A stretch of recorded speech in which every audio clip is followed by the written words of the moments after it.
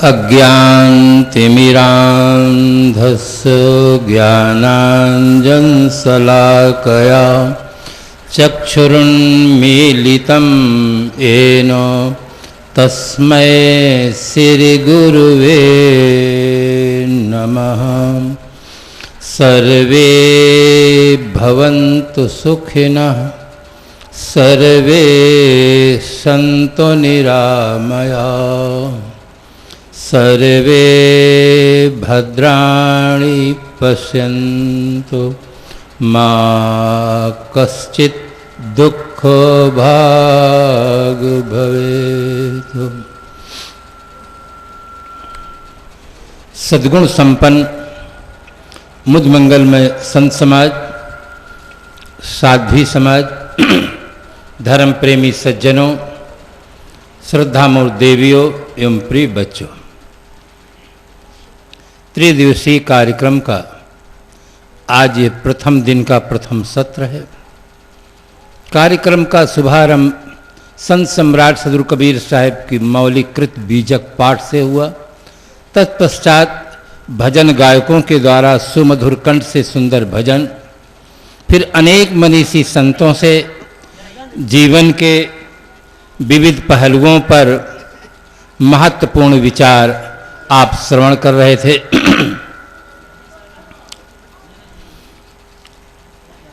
जिंदगी जिंदा दिली का नाम है। जिंदगी ऐसी बना जिंदा रहे दिल साद तू, तू न हो दुनिया में तो दुनिया को आए याद तू। ये जीवन जीने की कला है। आज आदमी अनेक कलाओं को सीखता है। वैसे ग्रंथों में 64 कलाओं का वर्णन पाया जाता है, जिसमें 2 कलाएं मुख्य हैं। एक जीव को उपार्जन की कला और एक जीव के कल्याण की कला। ये 2 कलाएं मुख्य हैं। जीव को उपार्जन के लिए कृषि, व्यापार और सर्विस ये साधन है। उस पर आदमी बहुत ध्यान देता है, देना चाहिए, उसे सफलता भी मिली है। किंतु दूसरे पहलू की तरफ लोगों का ध्यान कम गया है। इसीलिए घर में, परिवार में, समाज में, राष्ट्र में, विश्व में समस्याओं का अंबार लगा हुआ है। आदमी पढ़ना सीखता है, लिखना सीखता है, कल कारखानों का बनाना सीखता है, चलाना सीखता है, यंत्रों को बनाना सीखता है, चलाना सीखता है। नहीं सीखता है तो जीना नहीं सीखता है। ये उसकी भूल है। लोग जीवन तो जीते हैं पर जीना नहीं जानते। लोग जीवन तो जीते हैं पर जीना नहीं जानते। जीवन को निर्विकार बनाकर अपने में मस्त रहना नहीं जानते। जीवन को निर्विकार बनाओ, निर्मल बनाओ। संसार में अनेक संप्रदाय हैं, अनेक गुरुजन हैं, अनेक मान ग्रंथ हैं, किंतु अगर जीवन हमारा निर्विकार नहीं है तो जीवन में सुख और शांति गूलर का फूल हो जाती है। चाहे हम जिन मंत्रों का जाप करें, चाहे जिस ग्रंथों को मान ग्रंथ माने, चाहे हम जिनकी उपासना करें, चाहे तीर्थाटन करें, व्रत करें, रोजा रहें, नमाज पढ़ें, हज करें, प्रार्थना करें, अगर जीवन निर्विकार नहीं होगा तो जीवन में सुख शांति गूलर का फूल हो जाएगी। जो आदमी के जीवन की मूल मांग है कि हमें सुख मिले, शांति मिले, उसके लिए हर आदमी का पावन कर्तव्य है कि जीवन सीखकर जीवन को हम निर्विकार बनाएं, निर्मल बनाएं। सुबह होते ही आदमी शरीर की सफाई करता है, मकानों की सफाई करता है, वस्त्रों की सफाई करता है, पात्रों की सफाई करता है, किंतु अपने मन की सफाई नहीं करता है। जो सबसे महत्वपूर्ण है, मन में राग, द्वेष, वैमनस्य, अनेक मानसिक जो विकार हैं, उसको धोने का काम आदमी नहीं करता, इसलिए जीवन निर्विकार नहीं बनता। सामान्य व्यक्ति नहीं, शिक्षित कहलाने वाले लोग भी कहते हैं साहब दम टूट सकता है किंतु बीड़ी और बोतल नहीं छूट सकता है। मर जाने के लिए तैयार हैं कि मर सकते हैं, किंतु बीड़ी और बोतल के बिना जी नहीं सकते, रह नहीं सकते। ये विकार हमारे जीवन को पराधीन बना करके रखे हैं। हमारे जीवन की मांग है स्वतंत्रता, और ये मानसिक विकार हमारे जीवन को पराधीन बनाकर रखे हैं। कहते हैं इसके बिना तो नहीं चलेगा साहब, इसके बिना हम जी नहीं सकते हैं, इसके बिना हम रह नहीं सकते हैं।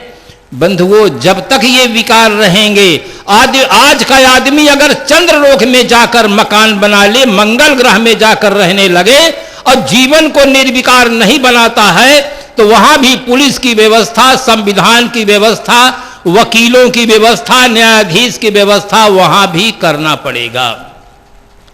आदमी सुखी नहीं हो सकता है जब तक उसकी भीतर की स्थिति अच्छी नहीं हो जाएगी।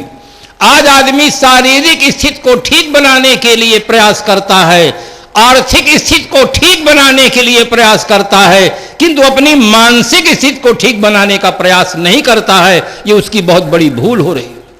आर्थिक स्थिति को ठीक बनाने के लिए हम 8 घंटा, 12 घंटा, 16 घंटा समय देते हैं। मानसिक स्थिति को ठीक बनाने की जब बात आती है तो कहते हैं साहब नो टाइम, हमारे पास कोई समय नहीं, बहुत बिजी हैं, बहुत व्यस्त हैं। अगर चाहे आप जितना बिजी रहें, अगर मानसिक स्थिति आपकी ठीक नहीं होगी तो आपका धन का भी दुरुपयोग होगा, समय का भी दुरुपयोग होगा, जीवन का भी दुरुपयोग होगा, पद का भी दुरुपयोग होगा। आज मानसिक स्थिति ठीक न होने का परिणाम है करोड़पति लोग, बड़े बड़े मंत्री कहलाने वाले लोग जेल के अंदर बंद हैं। केवल उनकी मानसिक स्थिति बिगड़ी है, संपत्ति बहुत ज्यादा है, पद बहुत बड़े पद पर प्रतिष्ठित हैं, केवल मानसिक स्थिति बिगड़ गई है, जो नहीं करना चाहिए वो किए हैं तो जेल के अंदर बंद है। अगर आदमी की मानसिक स्थिति अच्छी हो जाए तो हर आदमी अच्छा हो सकता है, सज्जन हो सकता है, धर्मात्मा हो सकता है, राष्ट्र के लिए एक अच्छा नागरिक हो सकता है। इस संबंध में संत सम्राट सूर कबीर साहब ने बहुत सुंदर चिंतन किया कि अच्छा जन्म बनाओ, अपने जीवन को अच्छा बनाओ। आज आदमी चीजों को अच्छा बनाता है, चीजों की भी जरूरत है, चीजें भी अच्छी हों, साथ साथ हमारा जीवन भी अच्छा हो। चीजें चाहे जितनी अच्छी हों, मकान चाहे जितना सुंदर बना हो, घर में जीवन उपयोगी चीजें चाहे जितनी सुंदर हों, चाहे जितनी मात्रा में हों, घर में रहने वाले लोगों का जीवन भर अच्छा न होगा, मानसिक स्थिति अच्छी नहीं होगी तो घर में सुख और शांति गुलर का फूल हो जाएगी। आप उदाहरण के रूप में ले, राजा दशरथ जी के यहाँ कोई कमी नहीं थी, हर प्रकार की संपन्नता थी, केवल कैकेयी की मानसिक स्थिति बिगड़ जाती है, उसका परिणाम कितना भयानक निकलता है कि पति के ये कहने पर कि राम के बिना मेरे प्राण नहीं रह सकते हैं, मैं भरत को युवराज बनाने के लिए तैयार हूं, राम वन गमन की अपेक्षा तुम दूसरा वरदान मांगो। कैकेयी अपने विचारों में परिवर्तन नहीं करती है, जो बहुत प्रीतमा पत्नी थी वो सुनती ही नहीं है, और अंतिम परिणाम यह निकलता है कि राजा दशरथ को बिलखते हुए प्राणों को छोड़ देना पड़ता है। महाराज श्री राम जैसे सुपुत्र को बन जाना पड़ता है। पूरी अयोध्या नगरी में हाहाकार छा जाता है, केवल एक व्यक्ति की मानसिक स्थिति बिगड़ गई घर की, और वहां अयोध्या की क्या दशा हो गई।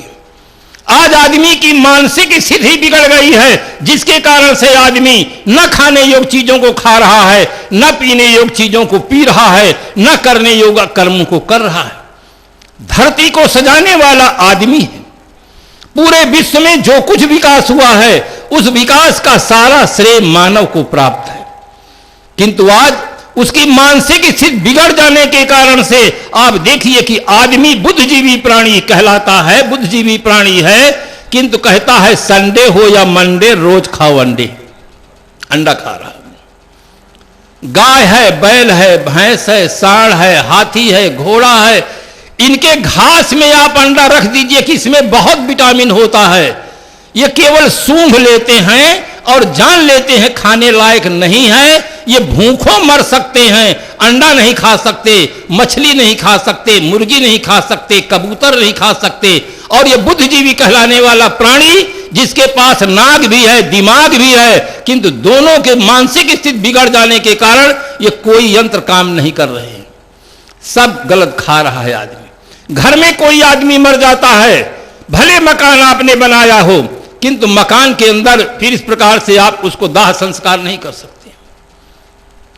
घर में कोई व्यक्ति मर जाता है, उसको शमशान पहुंचाता है, वहां दाह संस्कार करता है, और बाहर से एक मुर्दा लाता है, घर में पकाता है और पेट में रख लेता है। कुछ नहीं सोचता है कि हम क्या कर रहे हैं, मुर्दा को अपने पेट में, पेट को ही कब्रिस्तान बना रहे। मानसिक स्थिति बिगड़ गई तो आदमी बढ़िया से बढ़िया मिष्ठान खाता है, हलवा खाता है, पूरी खाता है, मालपुआ खाता है, खीर खाता है, उसके बाद जहर तमाकू खा रहा है। बढ़िया से बढ़िया दूध पी रहा है, उसके बाद बीड़ी पी रहा है, सिगरेट पी रहा है, शराब पी रहा है। केवल आदमी की मानसिक स्थिति बिगड़ गई है। अगर आदमी की मानसिक स्थिति अच्छी हो जाती तो आज धरती की यह दशा नहीं होती। आज देखिए, जिस देश के महापुरुषों ने लिखा है, यत्र नार्यः पूजन्ते रमन्ते तत्र देवताः, जहां नारियों की पूजा होती है वहां देवता निवास करते हैं।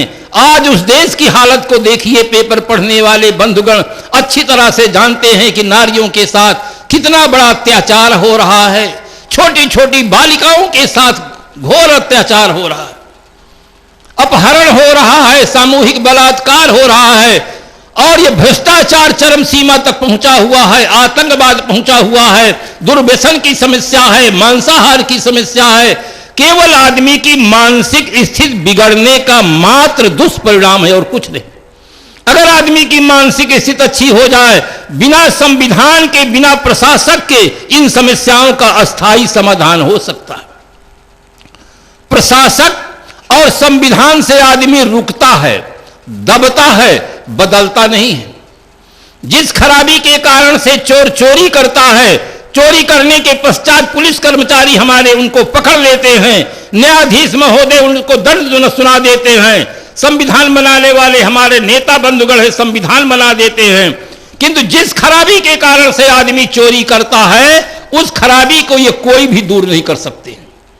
आदमी की दिमाग में खराबी है, भीतर खराबी है, मानसिक स्थिति में खराबी है। जब तक वहां उपाय नहीं किया जाएगा तब तक आदमी बदल नहीं सकता है, दब सकता है, रुक सकता है, बदलता नहीं है। बदलता तब है जब उसकी मानसिक स्थिति ठीक हो जाती है। मानसिक स्थिति ठीक हो जाती है तो जो भक्त हैं, सज्जन हैं, साधक हैं, वे घर में रहें चाहे वन में रहें, दुर्व्यसन मुक्त होंगे, शाकाहारी होंगे, सदाचारी होंगे, उनका जीवन पवित्र होगा चाहे वे जहां रहें। और जब तक मानसिक स्थिति अच्छी नहीं होगी तब तक इन समस्याओं का अस्थायी समाधान नहीं हो सकता है। बहुत सुंदर चिंतन किया सदगुरु कबीर साहब ने। उन्होंने कहा, एक साधे सब साधिया, सब साधे एक जाए, जैसे सींचे मूल को फूले फले अघाए। साहब को कहने का ढंग इतना निराला है। कभी कभी तो उनकी वाणी इतनी सरल होती है, सरस होती है कि सामान्य से सामान्य व्यक्ति भी समझ लेता है। कभी कभी ऐसा भी कुछ होता है उनकी वाणी में कि उसको अर्थ समझने में बड़े बड़े विद्वानों के भी दांत खट्टे हो जाते हैं। कितना सरल उदाहरण साहब देते हैं कि एक साधे सब साधिया, एक साध लेने पर सब सज जाता है। जैसे वृक्ष के मूल में हम पानी देते हैं तो पूरा वृक्ष हरा भरा रहता है। एक एक डगाली में, एक एक पत्ती में कोई भी समझदार पानी नहीं देता है, मूल में पानी देता है, सब वृक्ष पूरा हरा भरा रहता है। मूल है मन, मन इंद्रियों का कमांडर है। अगर कमांडर बस में हो जाए तो सेना अपने आप बस में हो जाती है। मन जो कुछ आदेश देता है इंद्रियां वही कर्म करती है। इसलिए साहब कहते हैं, एक को ठीक करो, मन को ठीक करो। कितने व्यक्ति व्रत रहते हैं, अन्न नहीं खाते हैं, किंतु उस दिन भी तमाकू नहीं छोड़ते हैं। व्रत के दिन भी बीड़ी पीते हैं, व्रत के दिन भी चाय पीते हैं। हमारे देश में टीबी की बीमारी बहुत फैल गई है। टीबी, टी यानी चाय, बी यानी बीड़ी। चाय और बीड़ी की बीमारी इतनी ज्यादा फैली हुई है कि लोग उसको शिष्टाचार में स्वीकार कर लिए कि ये शिष्टाचार है। शिष्टाचार नहीं, ये दरवाजे पर का भ्रष्टाचार है। शिष्टाचार का अर्थ तो सुने, शिष्ट धन आचार बराबर शिष्टाचार। सभ्य पुरुषों के आचरण के व्यवहार को शिष्टाचार कहते हैं। बीड़ी शिष्टाचार में नहीं है, भ्रष्टाचार में। इसलिए बंधुओं, ये टीबी से बिल्कुल मुक्त रहें। ये मानसिक स्थिति को ठीक करने का जो साधन है, सदगुरु कबीर साहब ने कहा अपने मन को ठीक करो। हमारे पूर्वजों ने लिखा, मन एवं मनुष्याणाम कारणम बंध मोक्षयोः। बंधन और मोक्ष का कारण मन है। आपके मन में एक प्रश्न उठता होगा कि ये दो विरोधी चीजों का कारण एक कैसे हो सकता है? बंधन और मोक्ष दोनों विरोधी हैं, दोनों का कारण एक कैसे हो सकता है? थोड़ा सा समझने का प्रयास करें। ताला को बंद करने का साधन चाबी है और ताला को खोलने का साधन भी चाबी ही है। केवल घुमाने की दिशा में अंतर होता है। एक दिशा में घुमा देते हैं, ताला बंद हो जाता है, और दूसरी दिशा में घुमा देते हैं, ताला खुल जाता है। बंधुओं, इसी प्रकार से हम अपने मन को जब संसार की ओर घुमाते हैं, तो हमारा जब वासनाओं की ओर घुमाते हैं, तो हमारा जीवन बंध जाता है। और अपने मन को जब हम विराग की ओर, आत्मचिंतन की ओर घुमा देते हैं, तो वही मन हमारे कल्याण का साधन बन जाता है। ये हम पर निर्भर है कि हम अपने मन को कहां पर घुमाते हैं। आप अपने अपने स्थान से जब आश्रम की ओर चले कि चले इलाहाबाद चलना है, सत्संग में चलना है, तो घर की ओर आप पीठ दे दिए हैं और इधर की ओर मुंह कर लिए हैं, आप यहां पहुंच गए हैं। और जब यहां से चलना होगा तब क्या करेंगे? घर की ओर मुंह कर लेंगे और इधर की ओर पीठ कर देंगे, आप अपने घर पर पहुंच जाएंगे। रास्ता एक है और उसकी दिशाएं दो हैं। इसी प्रकार से ये हमारा मन है, जिधर हमारा मुंह होगा उधर हम पहुंचेंगे। मन को घुमाना जानो।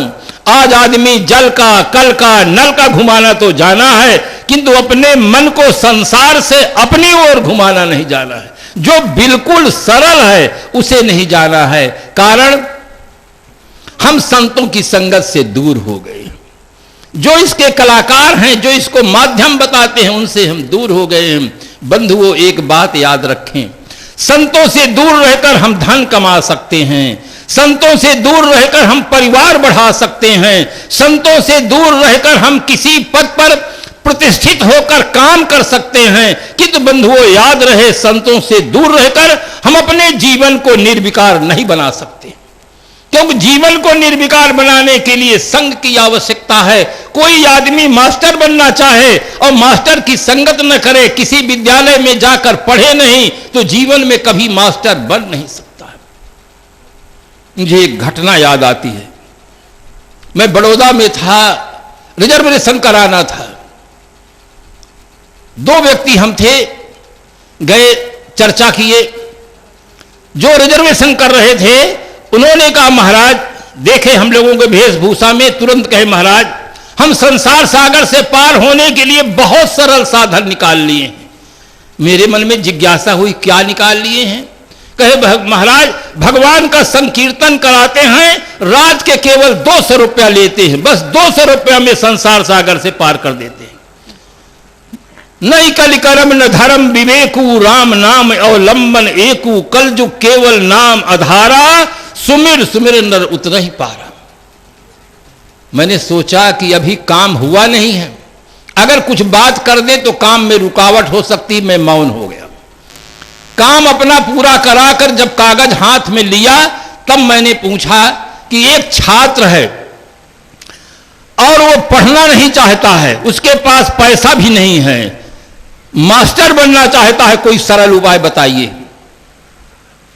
कहे, सरल उपाय तो नहीं हो सकता है। मैंने कहा, एक छात्र है, वो डॉक्टर बनना चाहता है, पढ़ने में उसका मन नहीं लगता है, पैसा भी नहीं है, कोई सरल उपाय बता दीजिए। कहे, नहीं हो सकता है। मैंने कहा, एक व्यक्ति है, वो वकील बनना चाहता है, किंतु पढ़ने में उसका मन नहीं लगता है, उसके पास पैसा भी नहीं है, कोई सरल उपाय बताइए। कहे, नहीं हो सकता है।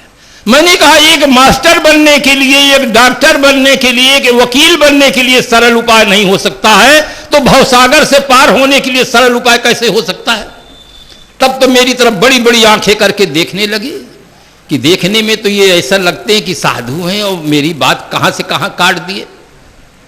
कुछ सरल साधन नहीं होता है बंधुओं, याद रखो, कभी भी किसी भी व्यक्ति से अपने कल्याण का सरल साधन नहीं पूछिए, सही साधन पूछिए। सरल साधन बताते बताते आपको लोगों ने भटका दिया कि गंगा में स्नान कर लो सारे पाप कट जाएंगे, किसी मंत्र का जाप कर लो, गायत्री मंत्र का जाप कर लो, रात में पाप करते हो सवेरे सब कट जाएंगे। इतना नुस्खा बांट दिया लोगों ने, सरल सरल करते करते समाज को एकदम गुमराह कर दिया है। सही बात कहने वाले, दो टूक की भाषा में कहने वाले किसी महापुरुष का नाम जानते हैं तो वह है संत कबीर। मैं सच्चे पथ का राही हूं, कह सकता दिन को रात नहीं, ईमान बेच दूं टुकड़ों में, यह मेरे बस की बात नहीं। बिल्कुल सही सही बात कहने वाले सदगुरु कबीर साहब हैं। इसलिए सस्ता साधन न पूछिए, सही साधन पूछिए कि हमारे कल्याण का सही साधन क्या है। इसलिए बंधुओं, हर व्यक्ति को पुरुषार्थी होना चाहिए, सदगुरु संतों का आधार लेना चाहिए। संत सम्राट सदगुरु कबीर साहब ने कहा, भूल मिटे गुर मिले पारखी, पारख दे ही लखाई, कहां ही कबीर भूल की औषध पारख सबकी भाई। हम व्यवहारिक जीवन में परख करते हैं, सब्जी खरीदने जाते हैं, व्यापारी के अनुसार नहीं ले लेते हैं, सब्जी को देखते हैं ताजा माल है कि बासी माल है, सड़ा हुआ तो नहीं है। कपड़ा खरीदते हैं उसकी परख करते हैं, फल खरीदते हैं उसकी परख करते हैं, सोना चांदी खरीदते हैं उसकी परख करते हैं, किंतु ग्रंथों में जो लिखी हुई बाणी है उसकी परख नहीं करते, बस वही भूल हो जाती है। उसकी भी परख करो। सदगुरु कबीर साहब का महावाक्य है, साधु ऐसा चाहिए जैसा सूप सुभाए, सार सार को गह रहा थोथा दे उड़ाए। पारखी बनो। अगर पारखी नहीं बनोगे तो हानि क्या होगी? पारखी नहीं बनोगे तो हानि क्या होगी? ये तो आप लोग अच्छी तरह से जानते हैं, क्योंकि यहां पर साहित्य के माध्यम से, विवेकी पारखी संतों के माध्यम से अच्छी तरह से आप सब जानते हैं। मैं कह रहा था केवल इतना कि हर आदमी को अपना जीवन ऐसा बनाना चाहिए, जिंदगी ऐसी बना जिंदा रहे दिल साद तू न हो दुनिया में तो दुनिया को आए याद तू। जैसे हम अपने मकान को सुंदर बनाते हैं, चीजों को सुंदर बनाते हैं, इसी प्रकार से अपने जीवन को सुंदर बनाएं, इसी जीवन में सुख और शांति हो। इन्हीं शुभकामनाओं के साथ हम अपनी वाणी को विराम देते हैं।